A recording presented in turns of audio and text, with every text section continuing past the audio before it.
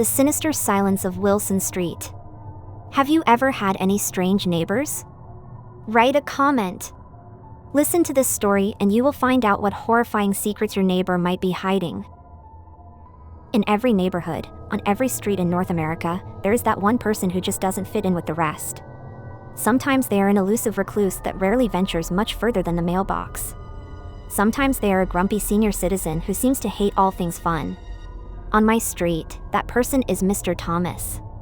He is an elderly man who is always found either in his home or sitting on his back porch.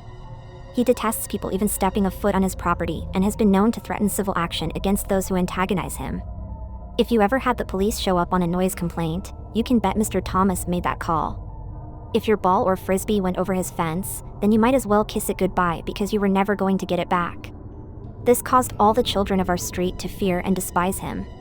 He was the grumpy boogeyman of Wilson Street. It is sad, really, because us older children remember a time when none of that was the case. When I was a boy, Mr. Thomas was the sweet old man from down the street.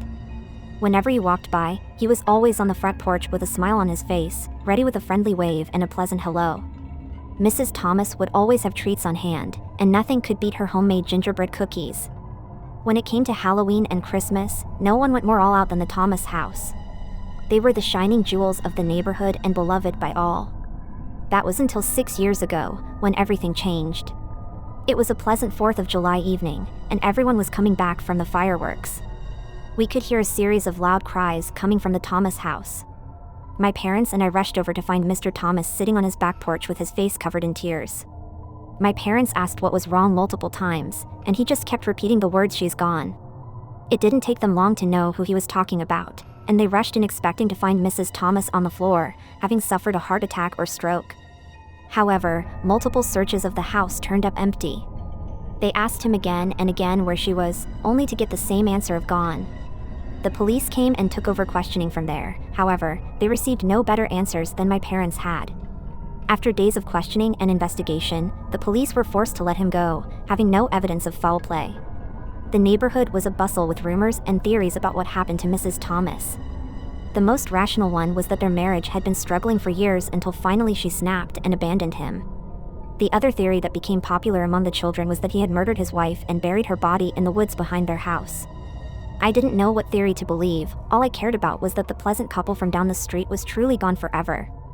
My parents said it was just grieving, but Mr. Thomas was never the same after that night. He became a hermit overnight, not wanting to be seen by the public. His favorite chair on the porch became forever vacant, and his garden withered from neglect. When October came, you would not find so much as a rubber bat as a decoration on his door. The Thomas Christmas party that was once a treasured tradition was now little more than a memory. It would seem that Mr. Thomas's love of holidays had vanished with his wife.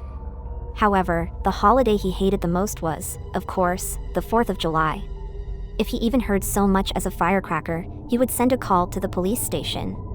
For several years, he sent out a petition to ban all fireworks displays in town. Those petitions never saw more than his solitary signature lining its pages. Eventually, he just stopped trying altogether. That was when the wind chimes started. Overnight, he seemed to become an avid collector of every wind chime on the market. At first, it seemed promising that perhaps picking up a hobby was the old Mr. Thomas coming back. This was, however, not the case, as his smile never returned. He placed wind chimes on every one of his doors and windows. Some people thought this was his way of getting revenge for the fireworks, as when the wind blew, even a big banger seemed quiet compared to the clangs coming from his home. A few people debated on making a petition of their own, but in the end, no one had the heart to do it. Whether from fear or pity, everyone wanted to leave the old man alone. All that changed this 4th of July. My parents found a movie in my room with X's as the rating instead of PG-13, and as such, I was forbidden to attend the fireworks display. I sat in my room, blankly staring at the television, when the strangest thought went through my brain. This must be how Mr. Thomas feels all the time. I grew sad, remembering the man who once was. Today would be the hardest and loneliest day of the year for the old man. I could just picture him sitting all alone in his empty living room, and I felt a great sense of pity for him. Then an idea that would make my younger peers faint entered my mind. I wanted to go and try to comfort him. My parents barred me from attending the show, but that didn't mean I had to remain in the house. I simply shrugged, then made up my mind to go and at least try to visit him. The streets were unnervingly dark and quiet. With everyone down at the park, the neighborhood felt more like a ghost town. The thought sent a strange chill down my back, and I quickened my pace. Mr. Thomas's house was the only one on the street with any lights on, and I knew he was home, as if I had any doubt to begin with. I walked slowly up his driveway and knocked gently on his door. I thought he might storm out with a scowl on his face and a shotgun in his hand. However, something even stranger happened. The door slowly swung open at my gentle knock.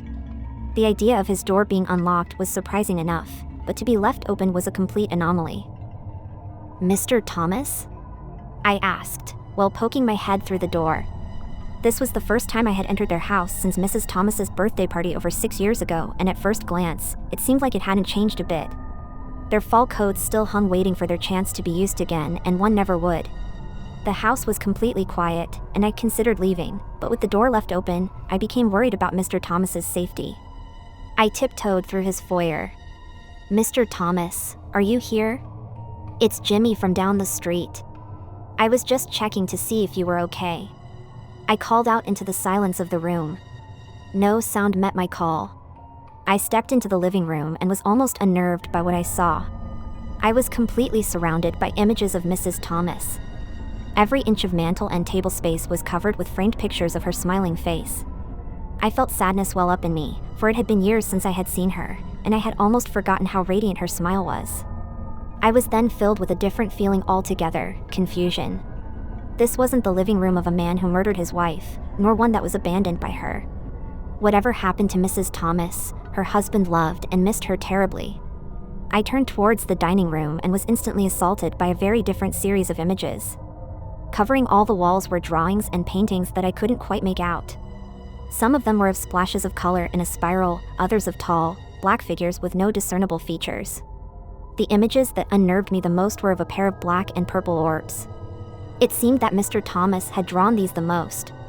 They ranged in quality, with some looking like they were drawn with shaking hands, and others looking like a master painter had drawn them. Those orbs seemed to drill right into me, and I became uncomfortable in their presence. The drawings were so erratically placed on every inch of the walls that they radiated with a single word: madness. I considered leaving then and there, but that was when I spotted the door. Laying on the hardwood floor was the door leading to the basement. It had been ripped clean off its hinges from the outside. I went over and tried to lift it, only to discover that this door was made out of solid steel. This was the type of entryway that you might find on a bomb shelter.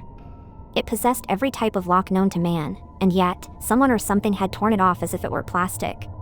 I felt fear like I had never known take hold of me, and it was taking all my will not to run away screaming. Leading away from the basement was a trail of scratch marks heading towards the back door. It looked as if someone was dragged across the floor, fighting the whole way. A voice in my head was screaming for me to run, to go home, and call the police, but what if Mr. Thomas needed help now? I couldn't abandon this old man when it seemed like his life was in danger. Against all logic, I followed the trail of scratches leading to the back porch. The backyard showed even more signs of a struggle. The balcony rods were missing chunks of wood as if someone grabbed on with all of their might. In the lawn, several patches of grass were pulled out by the root. I could see a clear imprint of a body being dragged right into the woods, and it looked very fresh. My fear screamed at me, but I could not let it control me now, so I ran straight into the field of trees. I stepped quickly and carefully through the foliage of the forest. I did not know who was taking Mr. Thomas, but I knew that I could not let them hear me, no matter what. The forest seemed far too quiet for a calm summer night. There were no creatures scurrying around, no owl looking for prey. They had all been smart enough to hide from the forest's invaders. The moon shone overhead, sending long shadows through the trees. I could feel my childhood fear of those shadows creeping up like a spider, and I began to shake. Looking back, it seemed so foolish to be afraid, for I was about to find out that there were things much worse than shadows and trees to fear. The trail ended in a small clearing, and there I could see Mr. Thomas kneeling in the dirt. I was about to call out to him, but that was when I noticed he was sobbing. I felt as if I had gone back in time, for those were the same sobs we had all heard exactly 6 years prior. He looked up into the dark trees on the other side of the clearing and began to beg. "Please just give her back. I don't care what happens to me, just give her back, you bastards." I thought for a moment that he may be suffering from a delusion, for we were alone out here, but that was when I saw them, and I had to stifle a scream. At the other end of the clearing, what I initially mistook for shadowy trees were actually figures. The figures were pitch black and impossibly long. Their bodies were completely disproportionate, with legs that were far too thick and arms that were far too thin. They had to stand at least 7 feet tall, with elongated skulls. As my eye adjusted to the darkness, I could see no mouth nor nose on their face. They seemed to be covered in a layer of thick ooze. That was when I got a whiff of their scent and almost gagged. Their odor was beyond horrible and completely indescribable. There was nothing on this earth that matched their scent. It was at that moment that the thought occurred to me that these figures were just that, not of this earth. The thought had me gasping audibly before I could control myself. All of the figures' heads snapped to me at once, and I could see their eyes for the first time.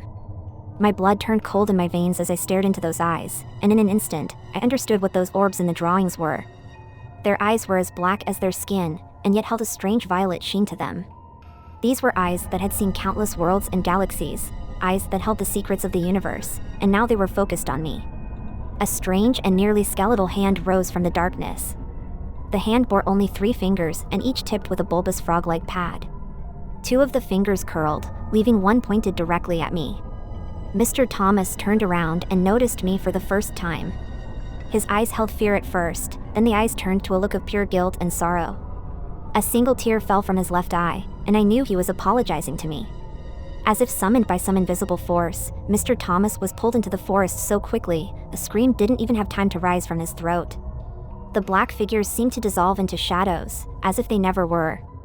For a second, all was quiet, then came a mighty force of wind. The blast sent every chime on the house shrieking into a crescendo of deafening music. I was forced to cover my ears to try and muffle the sound in vain. I looked up just in time to see a spiral of blinding color shooting into the sky.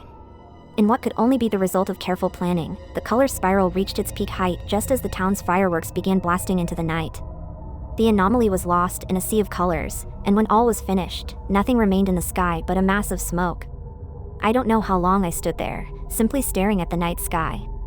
Eventually, my natural instincts kicked in, and I slowly made my way home so my parents wouldn't know I had left. I told them nothing when they came home.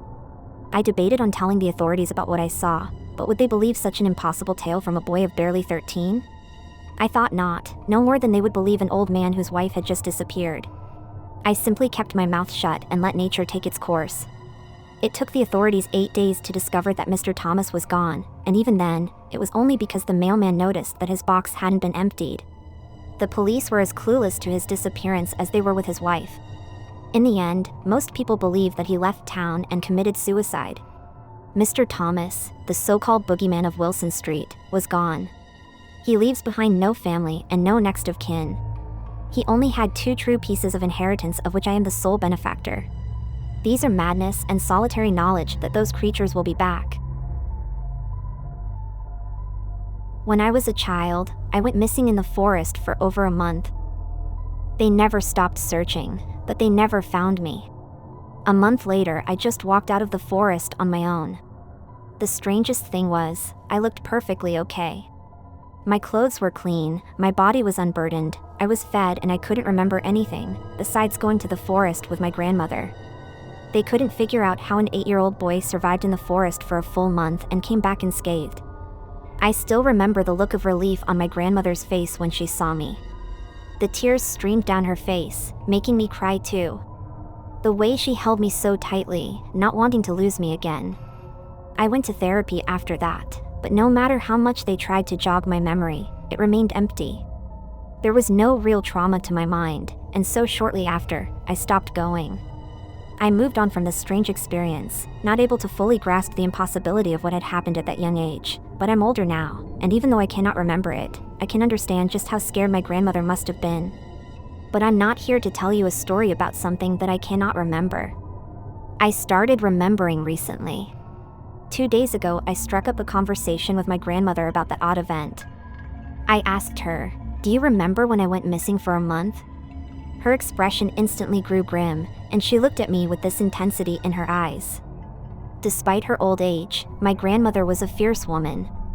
"I remember," she said in a hushed whisper, her gaze dropping down to my feet.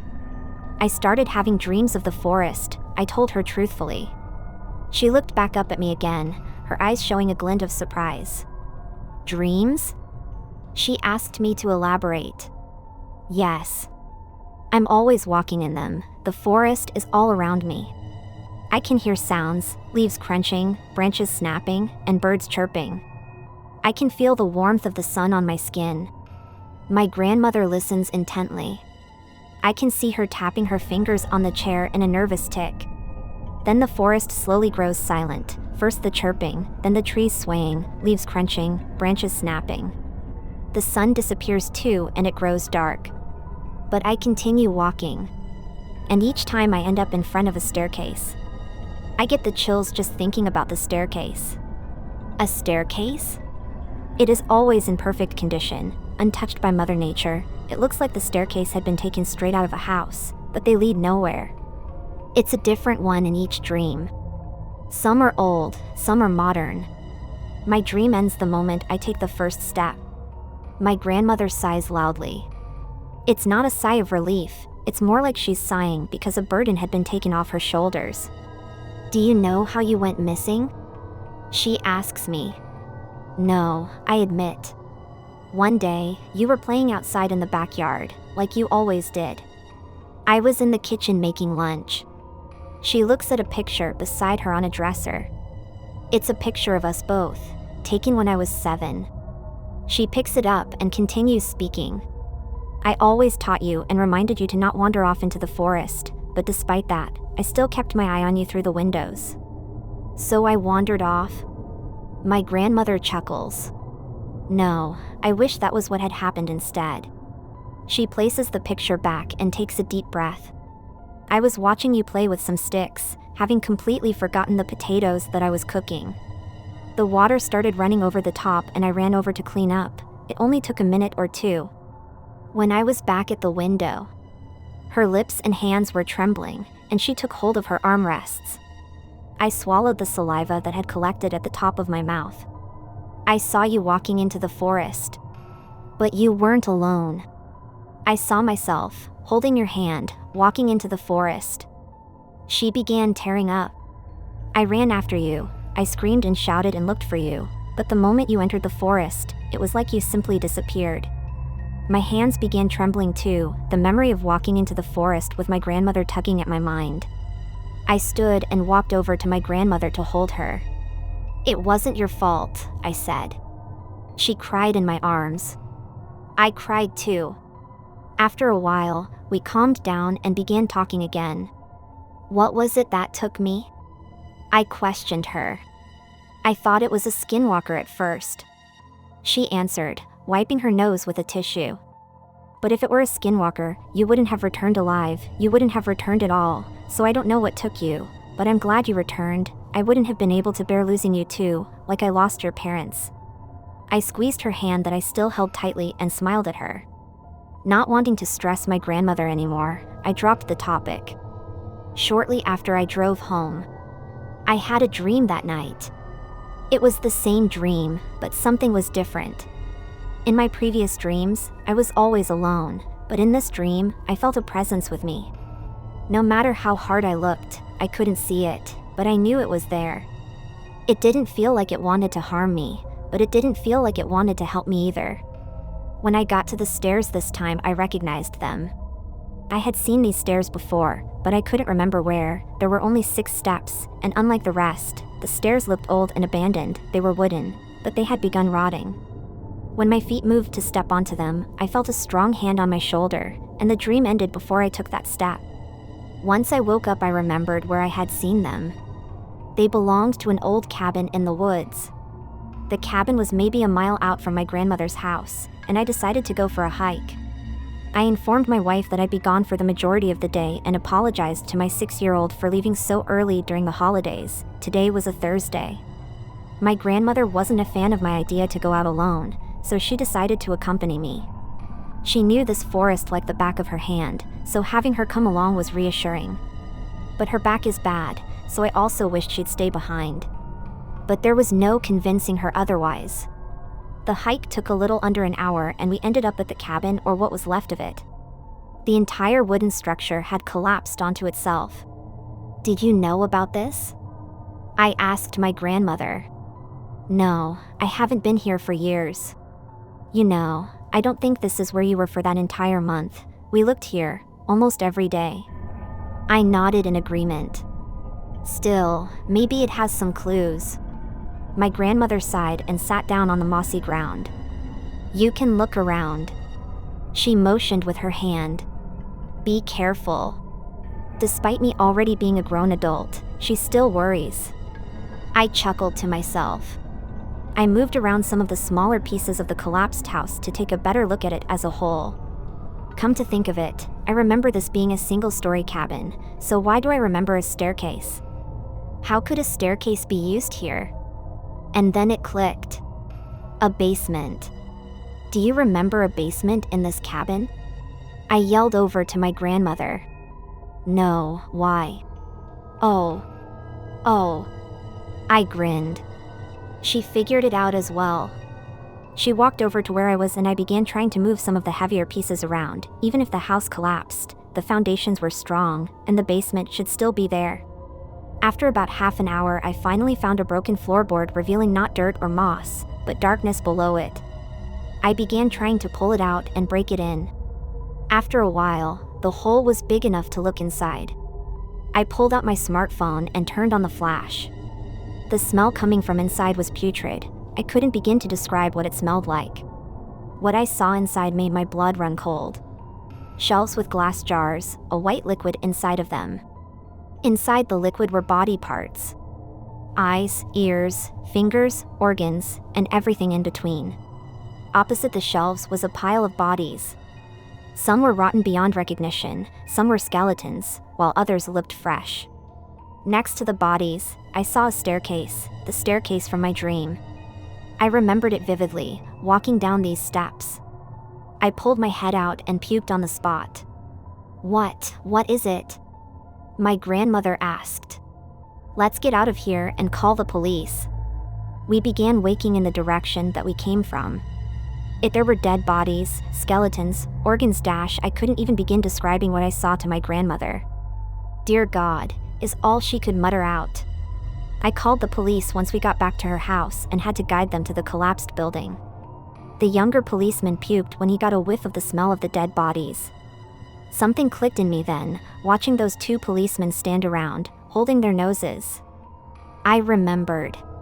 My grandmother took me to this house that day I went missing, or whoever was posing as her. She took me down those steps into the basement. There were no dead bodies back then, and the shelves were empty.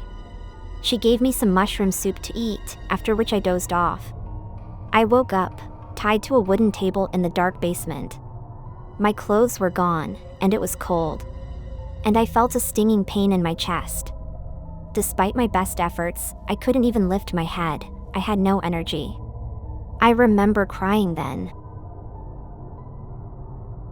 My downstairs neighbor texted me that I was being too loud. I wasn't home. My phone buzzed in my pocket. I was out at a bar, about 3.5 cosmopolitans deep. Tipsy, maybe somewhat pickled, but not totally gone. I pulled my phone out of my pocket. I had one new text from my downstairs neighbor who texted me very seldomly. Could you quit stomping around up there, please? It's very late. I sensed the aggression in her tone. One time, I held a messy party on a Wednesday night and actually received a noise complaint from my landlord, whom she had spilled the beans to. Since then, I was cautious not to be too noisy. I stepped lightly. I told any guests to leave at a reasonable time. This was odd though, considering the fact that I wasn't even home. In fact, the bar I was in was about 4 cities over from my apartment anyway. I wasn't even in town. What do you mean? I texted back, I'm not home. My phone buzzed again before I even had time to fully put it away in my pocket. I can hear you up there. And whoever else is with you. Please. It is very late and I am trying to sleep. At this point, I slipped away from my friend group, all dancing, drinking, and partying, and headed outside. All the smokers were outside. I just hoped none of the men made any unsolicited remarks on my body while I was out there. There just seems to be something about a group of drunk men versus an unaccompanied tipsy woman. It's like they can't help themselves. They just have to say something. I heard a whistle from beside me. I walked a little further to get away from them and heard a "Hey sexy" from behind me. I dared not respond with even a look in their direction. The task at hand was to call my neighbor. Hopefully I wouldn't come across as totally delirious. Just for a little while at least, I had to mask the subtle drunkenness. She answered the phone within seconds of me dialing. "Hey," I said. "Could you just please quiet down?" she said, obviously frustrated and exhausted. "I'm telling you, really, I'm not home." "Okay, then who is?" "'Cause clearly someone is stomping around up there." "No one." "Seriously." "I left earlier today and will be back tomorrow. I can completely assure you, the place is empty." I could tell she didn't believe me. "Here," I said, "just FaceTime me for a second." "Fine," she replied. She joined the FaceTime call and I showed her my surroundings. I gave her a look that said, "See?" I think she was probably in bed. It was too dark where she was to actually get a clear look at her face. "Oh," she said, her voice reflecting that she suddenly believed me. "You're sure no one is up there while you're away?" "I'm sure." "Really, no one is there? Maybe you're hearing the next suite over or something." "Maybe," she said. "Have a good night." "You too," I told her, my tone annoyed with her pestering. We hung up. I walked back by the smokers and let myself back into the bar. I ignored any subsequent catcalling as I did so. It took a second to find my friends again. The music was loud and the lights were flashing. Once they saw me, I saw their hands go up. I waved back enthusiastically and rejoined the group. We continued dancing and drinking the night away. Hours later, we all fell sloppily into our hotel room. In a drunken pile, we slept until our wake-up alarm in the morning. After a complimentary breakfast at the hotel, we hit the road. I was last to be dropped off. My chauffeur of a best friend pulled up to my apartment. Ensuring we'd do that again sometime and have nights out more frequently, we said our goodbyes and she drove away as my key opened the main doors. Next, I let myself into my suite on the 4th floor. Good OL 412. And I walked into such disaster and disarray that I stepped back outside to make sure I had entered the correct suite. There on the door in gold lettering were the numbers 412. Yup, I was home. I flicked on a light and carefully explored my now unfamiliar surroundings. Dishes and cups had fallen to the floor and smashed, raining shards of glass all over. 2 knives stuck into the wall right beside where my family portrait hung, which looked like it had been scribbled over with Sharpie. Blankets and pillows in the living area had an assortment of goo on them that I was afraid to touch, but I noticed it gave off a metallic smell. I explored further, eyes bulging and muscles tensed. In the bathroom, the sink was plugged with a pair of my socks and filled with water. I found 3 more pairs of socks in the toilet and 2 in the garbage. In my bedroom, the final area I had to search, more of that weird goo littered my bed, some of it dripping onto the floor and becoming crusty in the carpet. My socks and underwear drawer had obviously been rifled through. I had about $250 of cash and my currency kept in my room as well.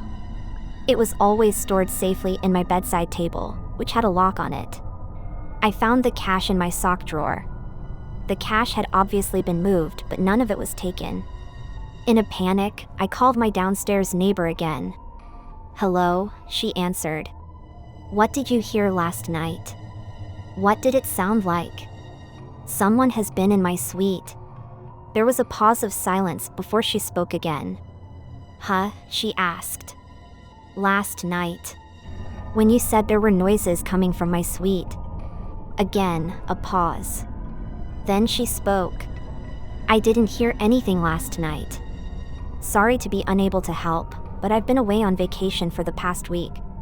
I don't get back until Thursday, so, I really can't help you out here, sorry." I ran my hand through my hair. I felt disoriented in a way that no amount of alcohol has never made me feel. "No," I said, "you called me last night." "I assure you, I did not." "Look, I gotta go. I'm sorry you were robbed or whatever, but I'm a 4-hour plane ride away. I can't help."